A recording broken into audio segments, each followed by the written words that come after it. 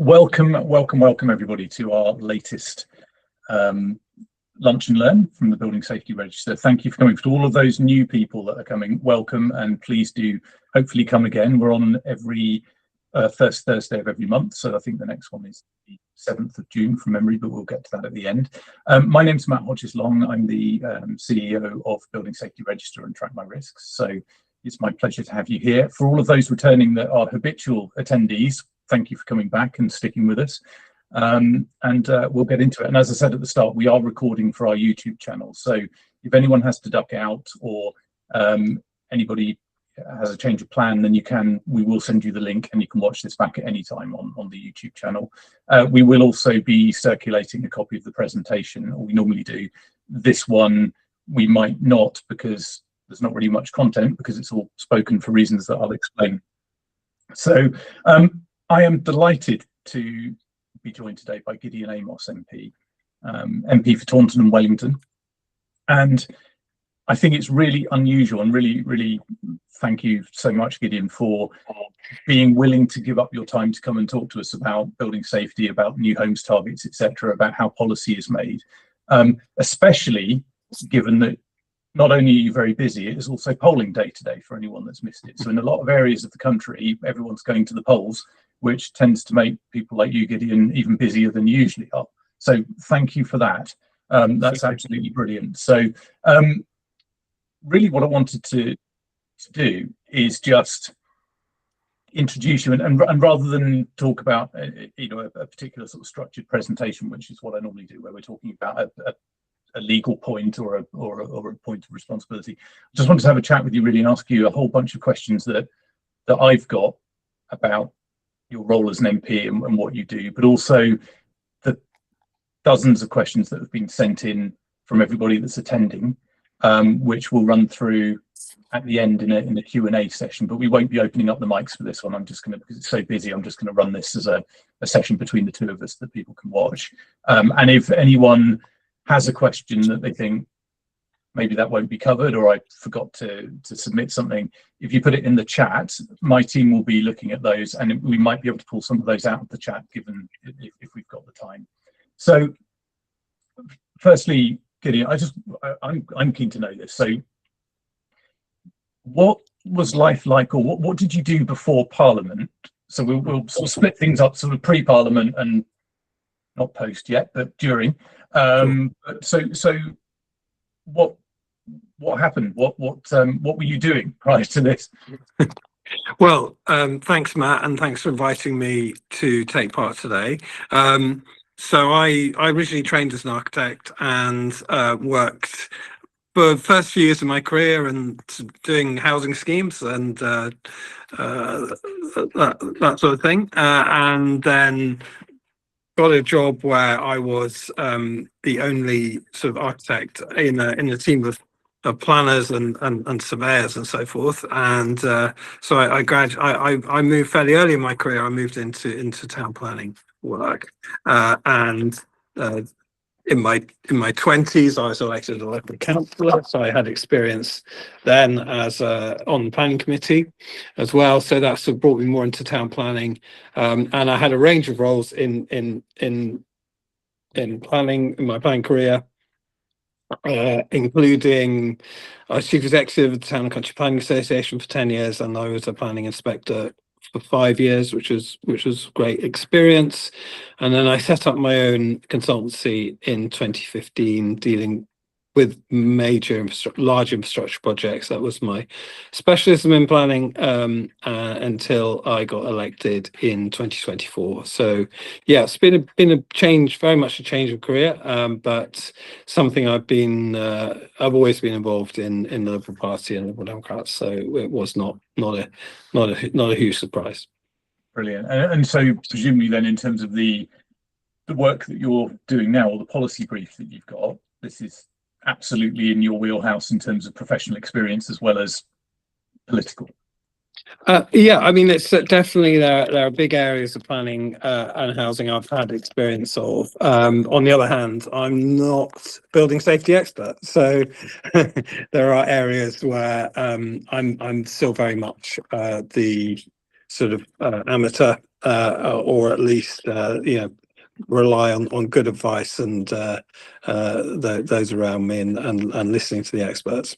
Yeah, no, that's fantastic. I mean, so on that point, we've spoken on a number of occasions about various areas around building safety, and it's just been really sort of refreshing for me to talk to somebody in elected office that actually wants to listen and take advice and hear different viewpoints. That hasn't always happened, let's put it that way.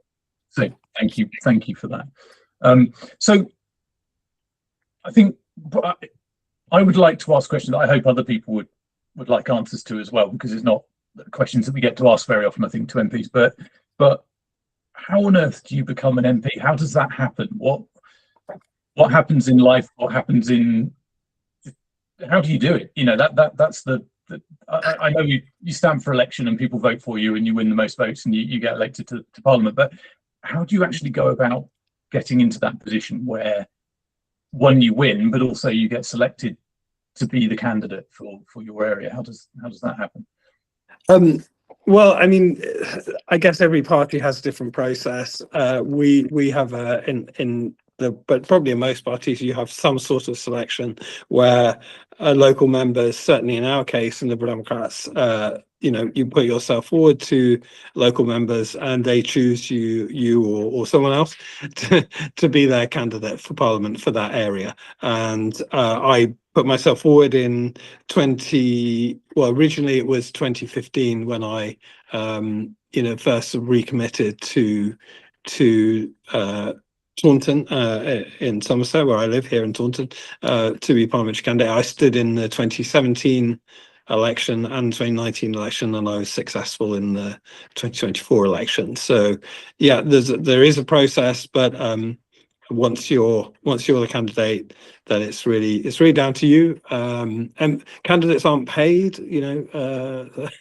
Some people think that politicians are paid to knock on people's doors. We do it. You have to find your own time and support yourself in doing that. And I think that's one of the problems. Actually, it's difficult often for younger people. Certainly when I was younger and my kids were younger, that would have been quite hard. Being a little bit, my kids having grown up, having a little bit more time to take away from my own business gave me the chance to campaign to win. Probably shouldn't be like that, but that's one of the features of the system we have. Yeah, I mean, you've got huge admiration for anybody from any party that's willing to put themselves forward to be elected by their neighbours and their friends and their peers.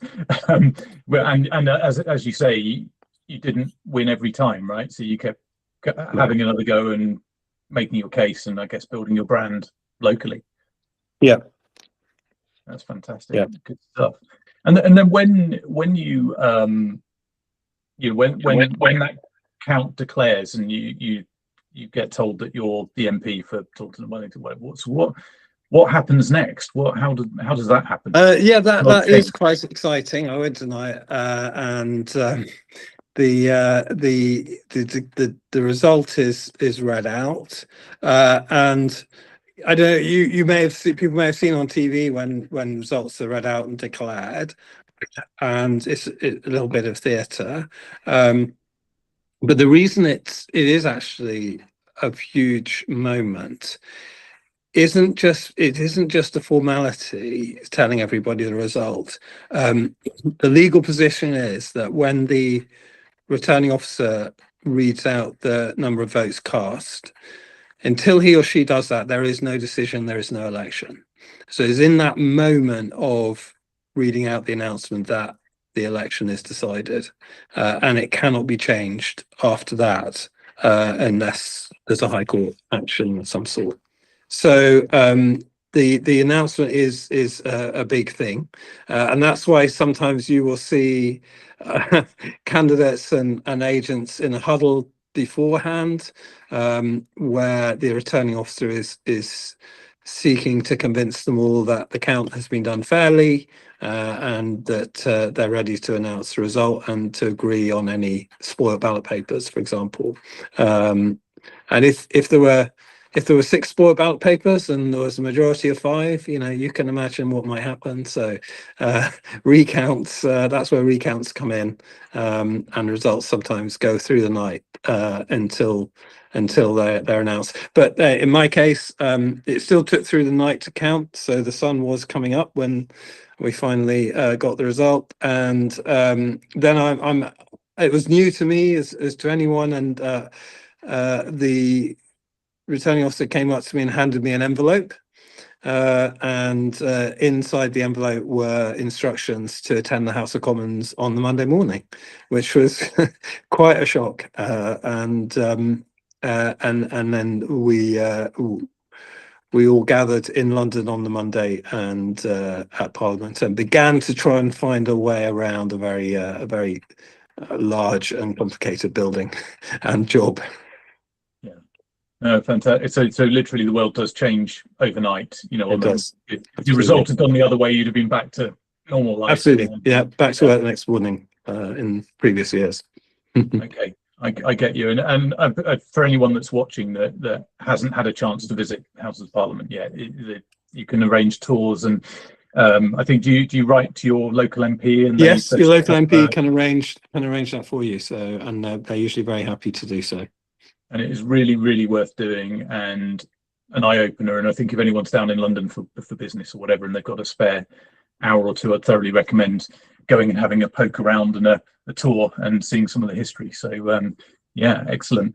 And then, so once you are elected and you've been inducted, etc., what is the role of a constituency MP? What do you actually do? And in a nutshell, and is it, as I've heard, a sort of a 24/7 role, even if you're on holiday, Christmas, whatever? Is it really sort of an always-on kind of role that you're performing? Yeah, I mean, more or less, you're always the local MP, so you're always there to be called on for local issues, and things happen. We had significant flooding here in my part of Somerset in the winter/spring this year, which meant that I was out and about on Saturdays and Sundays with the flooded communities, flooded families. So yeah, it's all sorts of things, but I suppose there are different categories. There are now huge numbers of emails. So and particularly just after a general election, I think there's a lot of organised email writing by different charities and campaign groups. So emails, we will get mass campaign emails on a regular basis. So thousands of those sometimes coming in each week.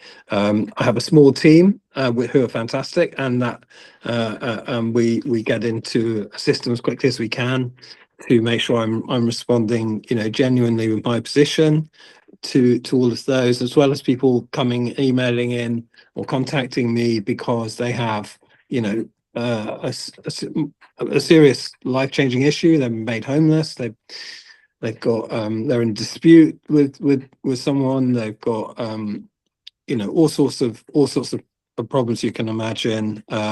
People being scandalously overcharged by utility companies and being taken to court when they're not actually owing the money.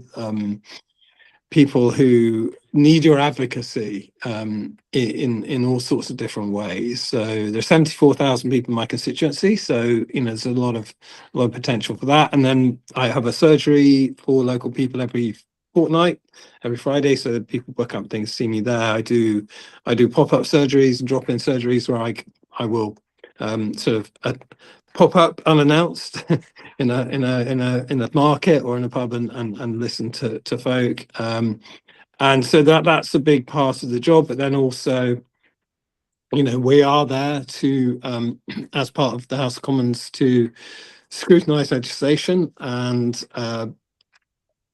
vote or make legislation. So that's obviously back in when we're in Parliament. Tend to go to Parliament on a Monday, and it starts at lunchtime, which gives people a chance to travel there from the farthest flung parts of the UK, and most of the business of Parliament takes place on Mondays, Tuesdays, Wednesdays, with backbench business on Thursdays, and the House doesn't sit on Friday, so generally come back to constituencies on Thursdays, sometimes Wednesday evenings, and have a constituency day on Fridays. And then there may be other things going on at weekends as well, but that's all part of the joy of it, really. And for a lot of it, it's such a huge privilege for me that I don't feel like it's a job. So I count myself hugely fortunate.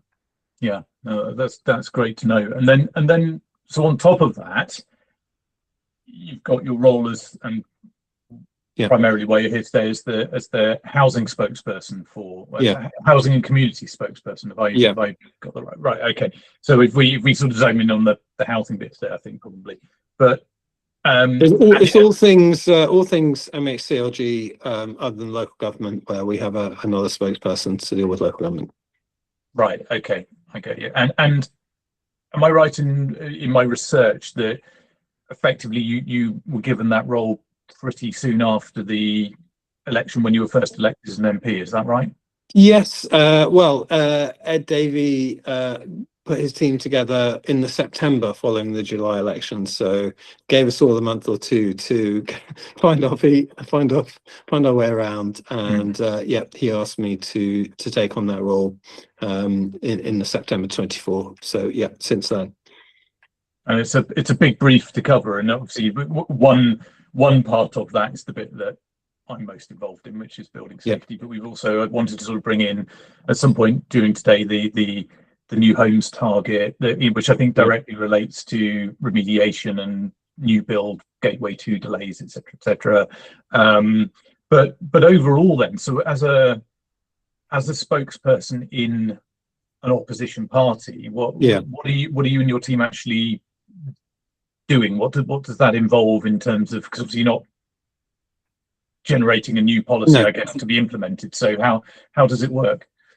That's right. So we've got opportunities. We do have opportunities to bring our own proposals to Parliament, and I've got the guide of the manifesto behind me, and the policy the party's made on housing and related topics. So we are there advocating for that, and where the say the manifesto is silent or so on, we're making our position in discussion with other MPs in our parliamentary party, and with our colleagues in local government as well, being consulted, and then we're able to advocate those positions. And it may be to bring debates to the House of Commons, so we can do that. We have, as a third party in British Parliament, we're allotted a certain number of days of parliamentary time for our own debates, so we can choose the topics for those.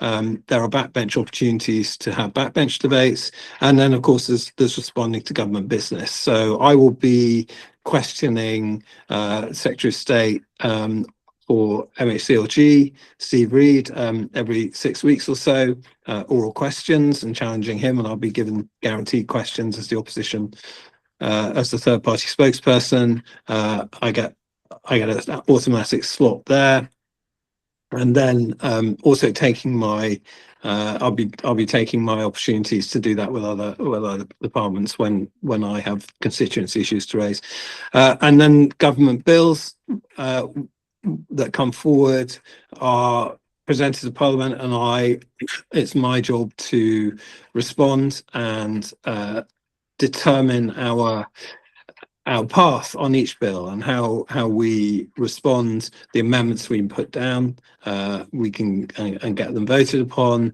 and given the numbers in the House of Commons are very different from the numbers in the House of Lords, of the respective parties, I work very closely with our peers in the House of Lords, who are, again, they have their own MHCLG team. Because obviously once we finish with the bill in the House of Commons, it goes to the House of Lords.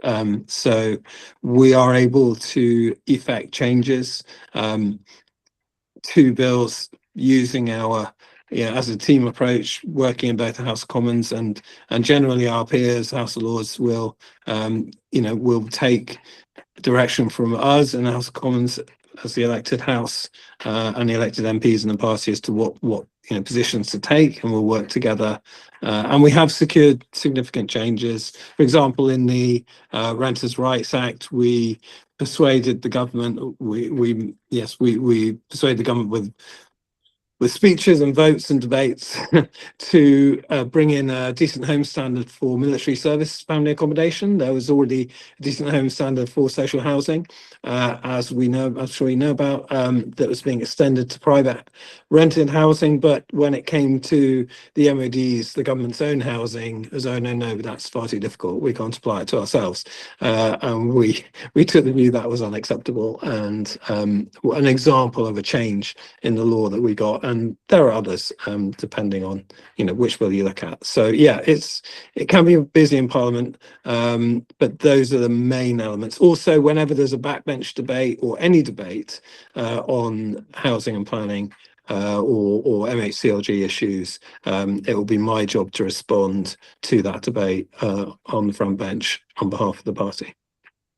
Fantastic. No, that's a really, really useful insight into what goes on, because it sort of leads me on to my next question, was around sort of life in opposition, the fact that you're not the government, but you're opposing or supporting the government, and how life differs between the two. Is it more about negotiation then, in terms of trying to get sort of little wins rather than sort of major changes? Or yes, I think there is a lot of negotiation, a bit more than perhaps people realise. So the government don't particularly want us to oppose everything anyway, so they're not starting from that position. And there are discussions and there are compromises along the way. So I think that there is opportunity for that sort of for that sort of influence to be brought to bear. And we've got 72 MPs now, which is the largest the Liberal Party have had in 100 years. So we have we certainly don't have a majority in the House of Commons, but we have a significant number of votes, and that does make a difference. And the government would obviously prefer us to be supporting their legislation, their legislative programme, and depending on the issue, they are more willing to listen than on other issues. Brilliant. So in terms of last question on process, and then we'll get into the meat of the building safety stuff, but so my understanding is that this session of Parliament, not the government, but this session of Parliament has just finished. Yeah. So any legislation that hasn't been tidied up by now falls away, and there'll be a new legislative agenda announced in the King's Speech. Can you talk us through what happens? Yes. So anything that wasn't either agreed to be carried over into the next session or finished, in other words, gotten through both houses, falls away, and the government would have to start again in the new session. Which meant there was lots of what we call ping pong between the House of Commons and the House of Lords at the end of last week before, when we had bills repeatedly moving between the two houses, sometimes within an hour of each debate, backwards and forwards to agree amendments. So a number of bills, the Children's Wellbeing in Schools Bill, for example, the Devolution Bill, these were gotten through in the last few days of the and some quite late nights. So voting, bills go on and debates go on until they're finished, essentially. So that's Mondays and Tuesdays, and Wednesdays it can be 10-11 o'clock at night. Well, we're still debating and voting on them. The government seeks to use all the parliamentary time it needs to get legislation through. So sorry, I was just going to ask: was there anything housing related that either fell or got carried over? Or no, I mean, I think we're looking at the we know about the draft Commonhold and Leasehold Bill. That's a draft bill, so that's not actually a bill in Parliament. That's a draft out for consultation with the public, and we're expecting that in the next King's Speech next session. So that's probably the one where we're most sure, the government have been most clear they're intending to bring forward in the next session. Yeah, and a remediation bill, I think we're expecting of some sort, but I'm not, I don't have any concrete information on that. Yeah, and then so the King's Speech will be coming up, and that will give us an indication both of the bills and maybe a bit of a hint of the timetable, because King may say things like, you know, the government intends in this session and to complete, or early in this session. So we'll hopefully get some clearer idea after the King's Speech. Okay, fantastic. That's good. So turning to the sort of the observation of or the discussion around building safety, the first thing I wanted to talk to you about, or ask you about, was Grenfell. Yeah. You know, I'm quite well known for my constructive criticism of government and the regulator around their response, for good or for ill. But you know, given that we're nearly 9 years away from the 9th anniversary of the tragedy, what are your sort of high-level thoughts on where we are in terms of response? And not that this can ever be put right, but sort of bringing justice forward as a result and learning from the Grenfell tragedy. Just interested in your take on kind of where we are now, 9 years on. Yeah, thanks, Matt. I mean, I think as someone who trained as an architect and worked in construction projects sort of most of my career, I feel it's a disgrace really on all of the bodies, including government. Our cuckoo clock, sorry, is going in the background. It really is disgraceful that and tragic, of course, what happened at Grenfell. It should never have happened. And you know, the 72 people who lost their lives should never have lost their lives. I mean, and if the basic, you know, systems had worked and been followed, they wouldn't have lost their lives. I'm often given to, you know, consider how much of a failure there was, and I was trained in the building regs and product safety and so on. In the fact that the building research establishment was influenced by commercial interests, the fact that building inspectors were again, you know, motivated by commercial interest. Both conclusions by Martin Morbick, the judge who led the independent inquiry, is disgraceful, and we should never have got to where we are.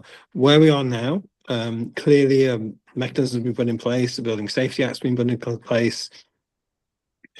I can't help thinking we now have a system that is a new system that's been invented on top of the old building regulation system, on the basis that the building regulations weren't working, and we seem to have now, well, it's not exactly a duplicate, but we have a whole new system when what we really needed was the existing systems to work properly.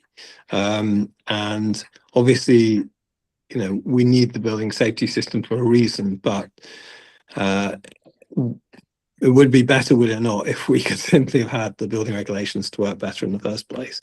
And I'm certainly concerned that we now have, you know, a very complex and cumbersome system with these particular cliff edges in terms of the regulation, how people are affected at different heights of building, for example, which is far from ideal. And we end up with, you know, millions of, or thousands at least, of, if not tens, hundreds of thousands of leaseholders who are in buildings with no clear route to remediation, and they're really, you know, they're really struggling. So we still need to apply our minds to this. The job is not done, and there's a lot of work needs doing before we can say we're on the right road, I think, post-Grenfell. I think hopefully at some point in the next year or two, we'll find out whether there are going to be criminal charges brought Indeed. or not. Waiting to hear whether there'll be prosecutions from the Metropolitan Police. Yeah, I mean, I think it's for me, there's a sort of a wider point that around consequence of behaving in an immoral way or a non-compliant way, however you want to say it, or a cavalier way, that I think most people would rightly think there would be some consequence for somebody if they behaved in that way. But at the moment, whether it's the new regulations or, you know, going back in time to Grenfell, there doesn't seem to be. It seems to almost be a sort of a consequence-free environment. You know, you wouldn't get away with that if you were ripping people off as a bank, for example, and failing. There's a regulator that would come down on you and you would see a big fine or data protection or something. But it seems in building safety, sort of never really seems to be a consequence. I don't know. Absolutely, no, and I mean people need to be held accountable, and it's taken far too long, I think, for the police following the inquiry and the Crown prosecution to work out, you know, what consequences there will be. We're told they are still looking at it, and they will come forward with that decision. Obviously, that's a very serious and life-changing decision and process for those involved, so it has to be done properly. But there really must be consequences for those who are found to be culpable, and it's vital for our whole system that justice is both done and justice is seen to be done. Absolutely. And you mentioned there about remediation and the whole going through sort of the initial post-Grenfell, let's drill holes in walls or in cladding trying to find ACM, and you've got something else that's flammable, but we're not going to worry about that because we're just focused on ACM. And then it became the advice notes and EWS 1, and now we're into PAS 9980 and everything that's gone in between. But what are your concerns? I know you've spoken about the PAS before in Parliament and the direction, but what are your thoughts on that in terms of a mechanism for making the estate safe? Well, I think, you know, first thing I want to say, Matt, is I'm here to listen partly as well. So we're still working on how we can best challenge the government on this. The system clearly isn't working well enough at the moment, and that's, you know, part of that is the speed of the building safety regulator. And I know the government, it has improved somewhat, but it's still a big problem. But in terms of those who are still seeking redress remediation, you know, I think that the buildings below 18 meters and D below 11 meters need a better system of remediation. That obviously does imply the costs need to be found for a bigger building safety fund.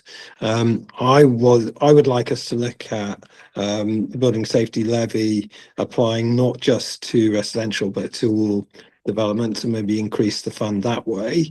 And I'd also, but you know, clearly there are viability issues in development. I'm not blind to those, but I think it's something we should be looking at. And I think also the manufacturers of the products that cause, you know, that helped cause Grenfell and which are flammable and should never have been given their certification, those manufacturers and importers should be levied one way or another, so that we have the funds necessary to give a wider group access to remediation support, and also that we're not just relying on the building safety standard in PAS 9980, which, as we know, is different from the standard in the Building Act. So in the Building Safety Act, which is a real anomaly, and it leads to situations I've been to visit in Royal Artillery Quays where a building is being remediated,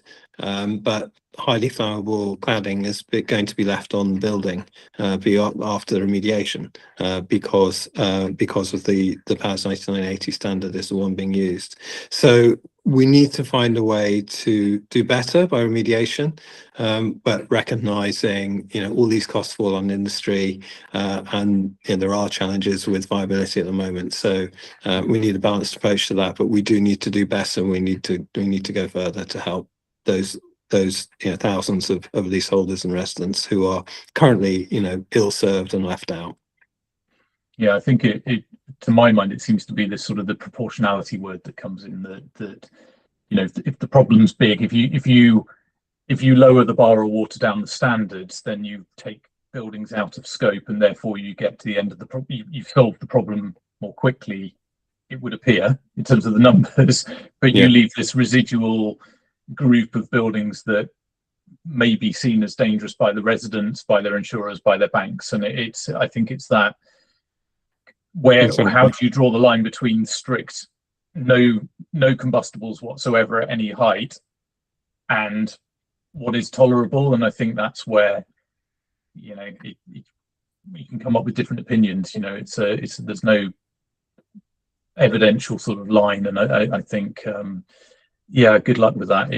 What is slightly frustrating is thinking back to the conversations I had many years ago, sort of 2018, 19, etc., with MHCLG people, trying to sort of say, do you realise the scope and the scale of this problem? How on earth are you going to fix it? It's going to take decades. And there was just no real consideration of that. It was very much, this is what we're doing as policy. It will resolve itself at some point. But I know people personally that have been living this nightmare since 2007, late 2017, early 2018, when they realised they had cladding issues, still haven't managed to sell. At the worst case, they're with all sorts of twists and turns, and I just don't see how that can be right. But it's a failure. Yeah, absolutely. On the remediation, so you mentioned earlier the Remediation Bill. Do you have any insight yet into, if that comes forward, what that might cover? Is it just purely a mechanism to get remediation moving quicker, or do you have any sort of idea of the shape of it? No, I mean, sometimes we get some early intelligence from the government on things. I genuinely have none on this, and it was only relatively recently that I heard that we're expecting a remediation bill. So I'll be as much in the dark as everyone else as to what the government are planning on this. I think there's my observation, we did a count a few weeks ago where we mapped the Building Safety Act and then all of the other acts and regulations that it references, and I think from memory the total came to about 25 pieces of related legislation that's effectively sits under the Building Safety Act. And it just seems to me that there's, I think you did mention earlier about duplication, but we're almost at a point now where we're having to build ready reckoners for people to say, describe their building and their circumstances, that then actually says this is the great long list of things that you need to do to stay on the correct side of the law, which as a compliance organization and advise, happy days, but from a regulated entities perspective, it's almost, I would say, probably impossible to stay on the correct side of the law because of the complexity of it. I don't know whether are there any ways sort of after the event of actually simplifying or consolidating legislation so that actually it takes some of that duplication out, or is that I would like us to look at rebooting the building regulations for this and that process, which is in a way that's less cumbersome, instead of having the whole building safety regime, to be honest. Obviously the standards need to be there, but why we have this sort of duplicate systems, I think, is part of the problem here. Building regulations system would need significant investment to do that, but exactly. I think duplication of standards and requirements and a plethora of guidance, is a big challenge for those responsible for buildings in all ways. And the amount of regulation has significantly increased in my career. So I can well imagine that you're facing that challenge as well. And we do need to look at what can be done to simplify it. Yeah, absolutely. And then with you also mentioned the sort of viability of schemes. So from the work we do with developers, I mean, sort of there was the sort of the simplistic project stuck at Gateway 2, will they get through Gateway 3, etc. But then there's the time it takes for the regulator to turn those around. But the other point that they come back with is the uncertainty that brings in. And not knowing, whether a scheme, for example, that they started designing 2 years ago, now in the context of, so a single staircase might be an example, as opposed to two, and what that might do to viability. But ultimately, where I've struggled is to understand where the government have got their very clear 1.5 million new homes target versus things that either are or perceived to be inhibitors to development, how that actually changes behaviour, especially when you're then turning around saying, well, we're going to levy you as developers, or we're going to publish your name because you're not a responsible actor, or whatever it is. How do you manage how would those conflicts be managed, do you think, or is it possible to manage that effectively? I mean, certainly I'd be foolish to sit here and say we can remove that conflict, because I think that challenge is always going to be that tension between regulation, and safety. I think that, as well as looking at how we could simplify the regime generally, which I've just touched on, and there are other ways we should be looking at helping with viability, the viability has become an issue not just because of the building safety regime. And I take a point. I think with more certainty that can be injected into the regime, so developers and building managers understand more clearly the ground rules from an earlier stage and they don't change. I think that would be helpful. But I think we should be clear that the challenge of viability and development isn't just because of regulation. From a point of view of someone of a party that believes in having a strong trading relationship with the EU, Brexit imposed huge challenges on the construction industry. We lost 200,000 EU workers from the construction industry, left the UK after Brexit. So labour costs have gone up significantly. Materials costs have gone up very significantly. So we mustn't just fall into the trap of saying, well, it's all down to there being too much regulation. And the other factor, of course, is land. And I think that we'd like to see the government, particularly when it comes to social housing, being far more active in terms of freeing up land for council housing, social housing, and that is really where the government could make a difference in terms of delivery of its homes target, or at least that element of it, which is social housing, where we actually have in the Liberal Democrats, we put forward a higher target and a higher proposed spending on social housing in our manifesto than the government have done. So I think it's going down those avenues, Matt, if we want to tackle viability and not just sort of maintaining a mantra, it's all about regulation, because that is always going to be with us, and we have to make it work better. But there are other things we need to do to tackle viability. Yeah, well, let's hope so. I mean, we definitely need to get building, but it always struck me that there was never really there was a target, but never really a plan for delivering the number. I'm just a simple soul. I sort of say 5 years of a government, 300,000 homes a year, 180 or so. How do you build another 120,000 homes a year? And if you've missed the first year, you've got to load that into the remaining 4. Indeed. And in my simple head, I've never been able to make the numbers tally, but that's another thing. I mean, actually getting there, I agree, is more than likely unrealistic. And I think even though we also have ambitious housing targets, I think that there's far more evidence for the number of social and affordable homes that the country needs, and that's a much more achievable and realistic target. And I think we need to focus more on that and the rationale behind it, because when it comes to 1.5 million, it really comes down to a very arbitrary number at the end of the day as to how we've reached that target.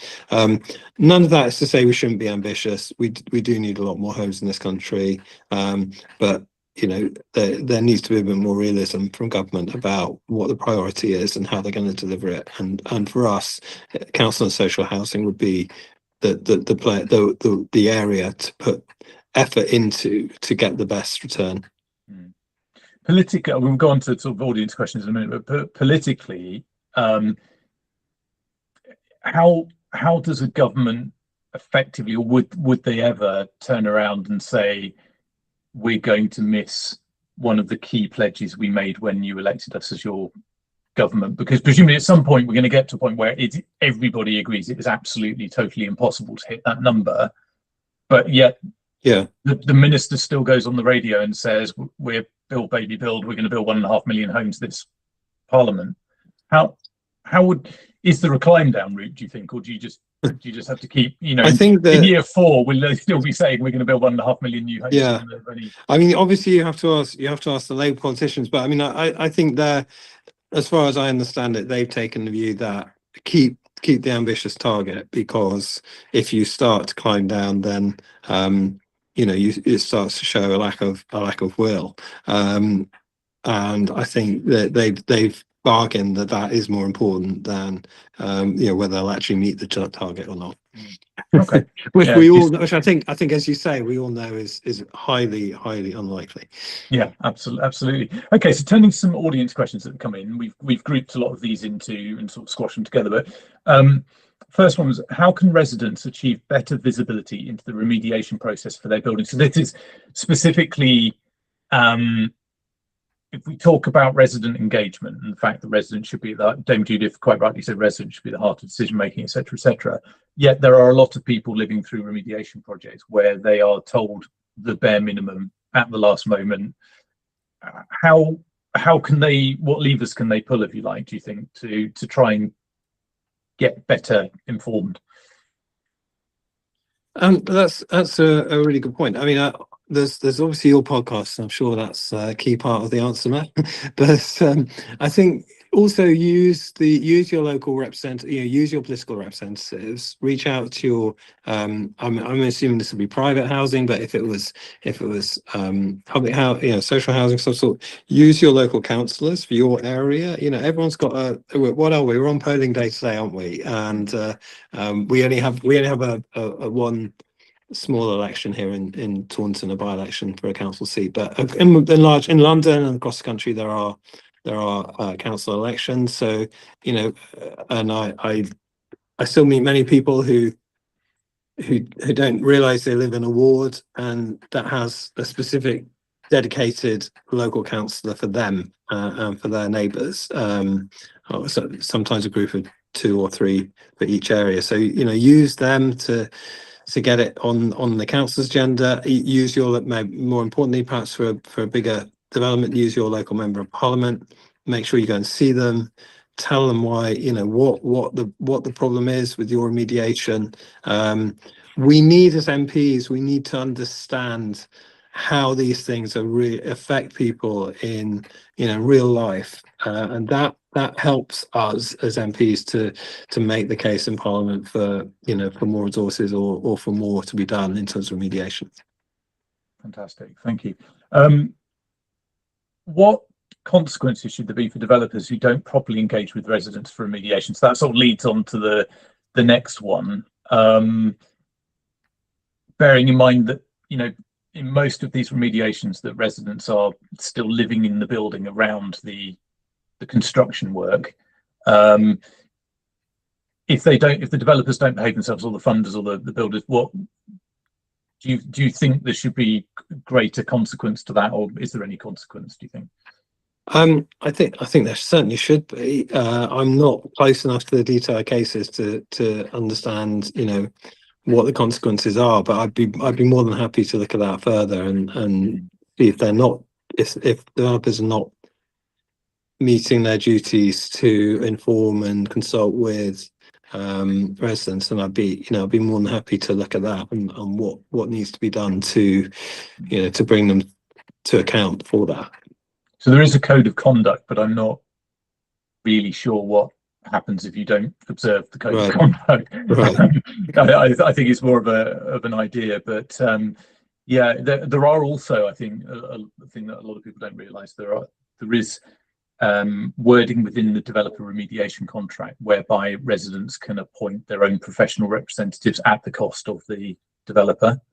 So I think that's one that quite often isn't exercised, but I would say to anybody watching, explore that to see, even if you've got somebody that from the industry that's representing you in those discussions and saying, well, before you close off all of those balcony doors or whatever, there might be a different way you could do this, but it might be slightly more expensive to do it that way, but it helps with our quality of life, for example. But I guess if you didn't know the professional side of it, you might not know to ask for that.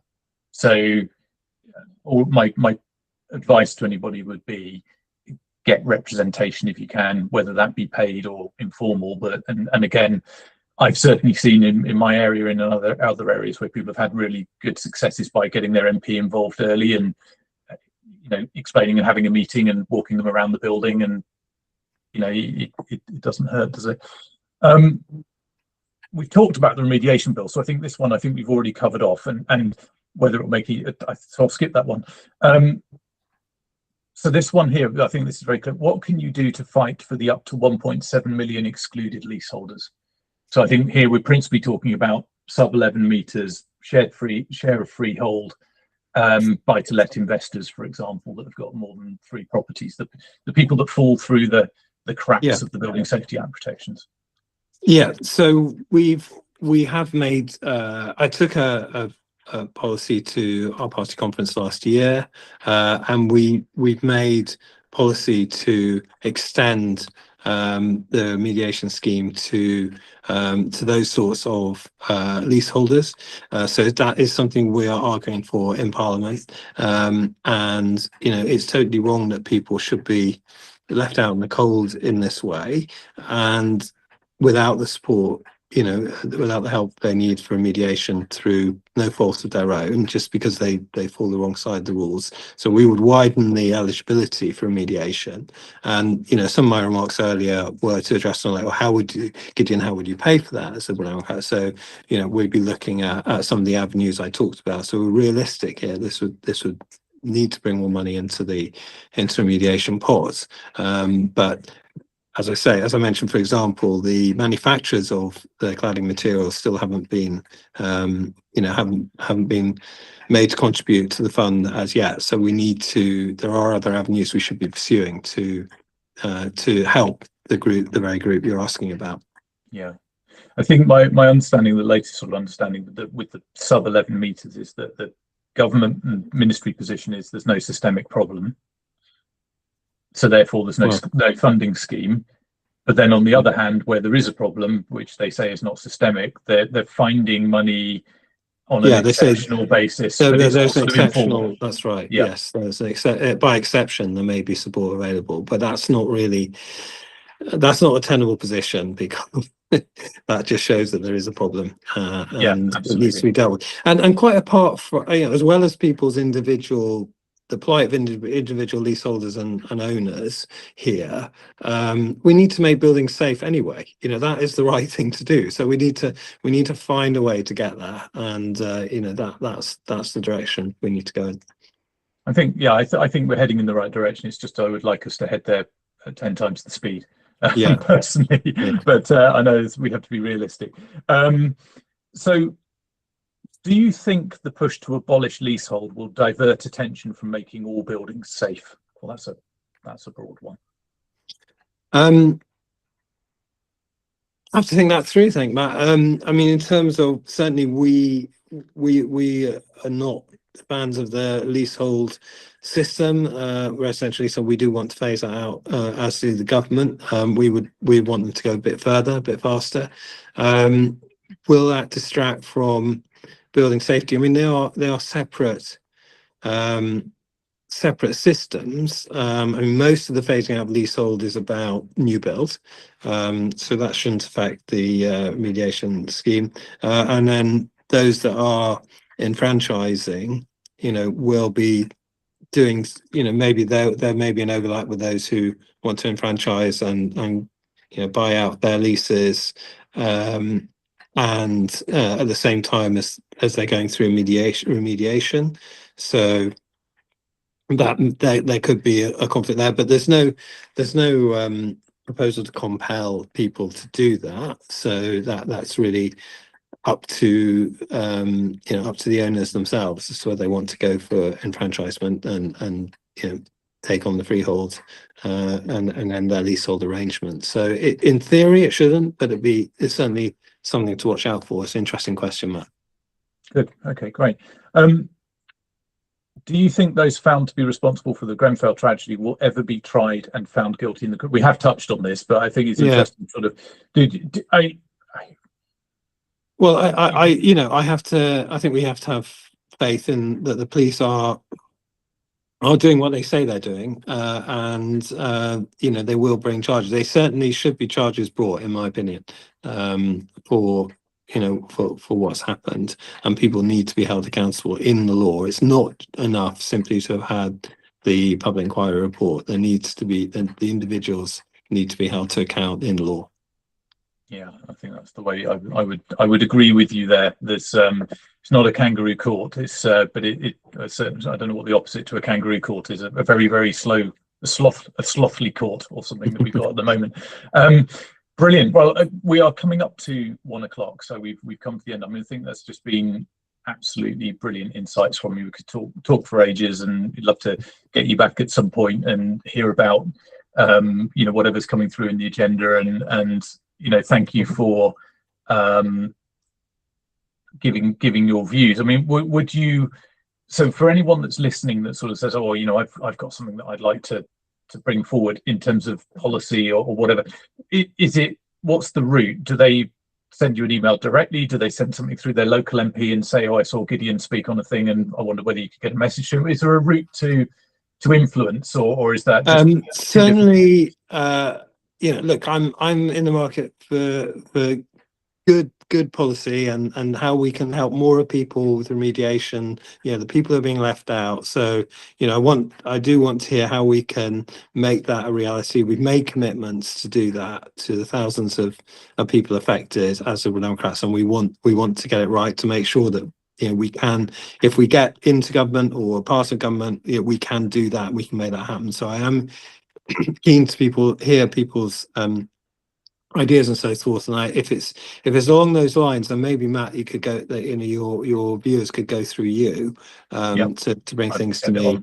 In terms of specific things to be brought up in Parliament, please go to your own MP, because we have pretty strict protocol that we're not allowed to take up cases from other constituency MPs. So we have to refer people back to their MP. But if it's a more general policy idea, then feed them through Matt, and I'm keen to hear and learn more and understand how we can improve the remediation system.